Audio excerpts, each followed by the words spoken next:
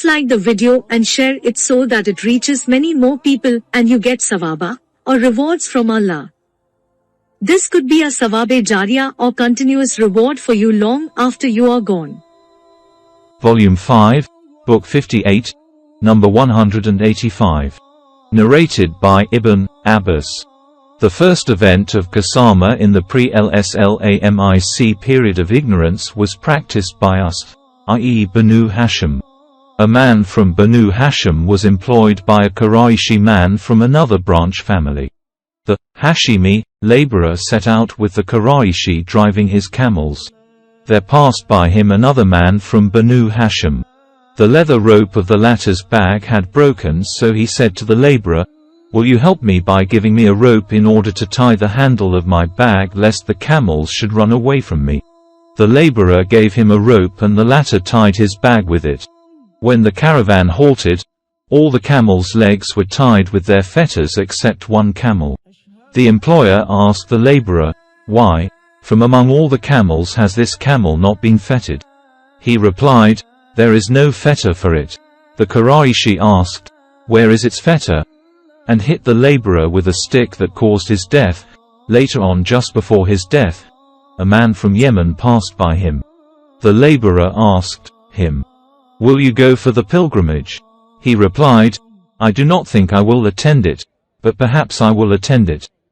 The Hashimi laborer said, "Will you please convey a message for me once in your life?" The other man said, "Yes." The laborer wrote, "When you attend the pilgrimage, call the family of Quraysh, and if they respond to you, call the family of Banu Hashim, and if they respond to you, ask about Abu Talib and tell him that so-and-so has killed me for a fetter." Then the laborer expired.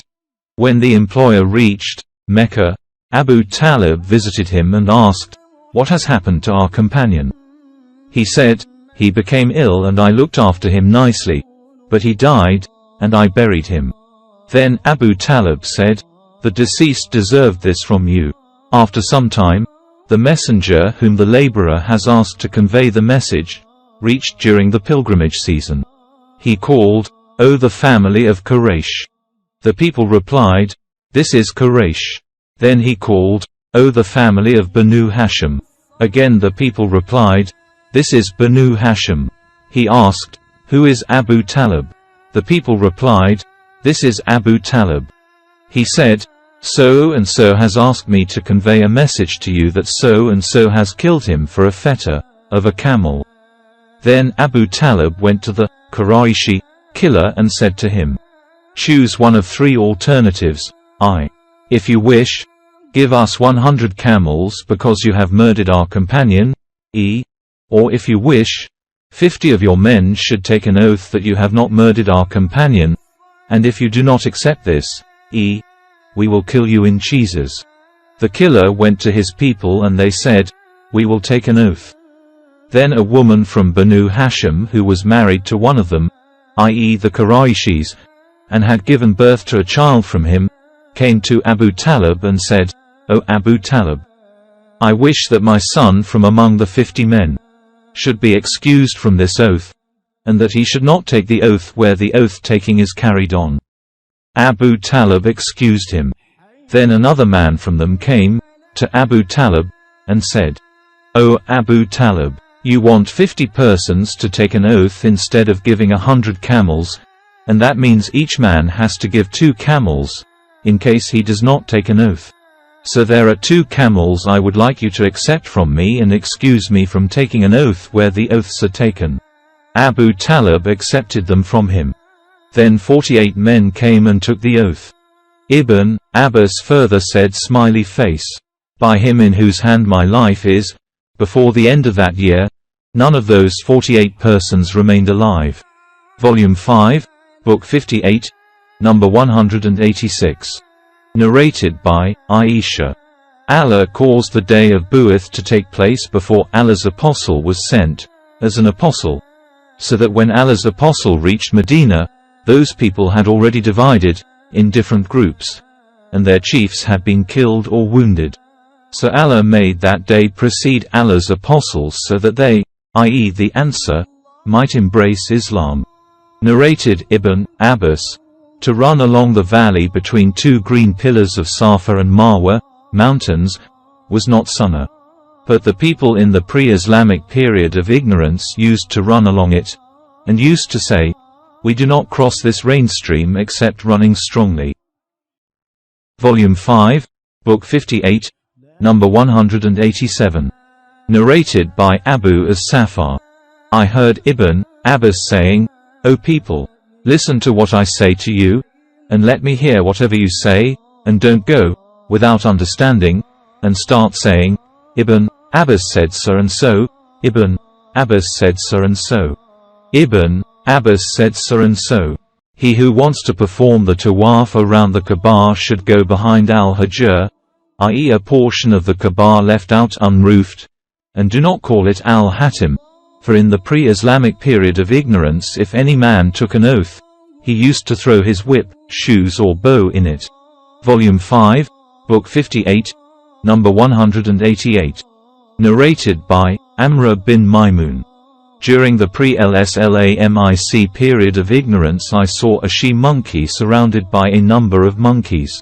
They were all stoning it, because it had committed illegal sexual intercourse. I too stoned it along with them. Volume 5, Book 58, number 189. Narrated by Sufyan. Ubaydullah said, I heard Ibn Abbas saying, following are some traits of the people of the pre-Islamic period of ignorance, to defame the ancestry of other families, and to wail over the dead. Ubaydullah forgot the third trait. Sufyan said, they say it, i.e. the third trait, was to believe that rain was caused by the influence of stars, i.e. if a special star appears it will rain. Volume 5, Book 58, number 190. Narrated by Ibn Abbas. Allah's apostle was inspired divinely at the age of 40. Then he stayed in Mecca for 13 years, and then was ordered to migrate, and he migrated to Medina and stayed there for 10 years and then died. Volume 5, Book 58, number 191. Narrated by Kababa.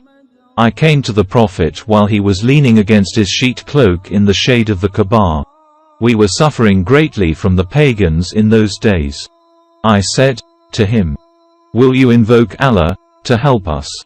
He sat down with a red face and said, a believer among those who were before you used to be combed with iron combs so that nothing of his flesh or nerves would remain on his bones, yet that would never make him desert his religion. A saw might be put over the parting of his head which would be split into two parts, yet all that would never make him abandon his religion. Allah will surely complete this religion, i.e. Islam, so that a traveler from Sana to Hadramaut will not be afraid of anybody except Allah. The sub-narrator, Bayan added, or the wolf, lest it should harm his sheep. Volume 5, Book 58, number 192. Narrated by Abdullah. The Prophet recited Surah An-Najm and prostrated, and there was nobody who did not prostrate then except a man whom I saw taking a handful of pebbles, lifting it, and prostrating on it. He then said, this is sufficient for me. No doubt I saw him killed as a disbeliever afterwards.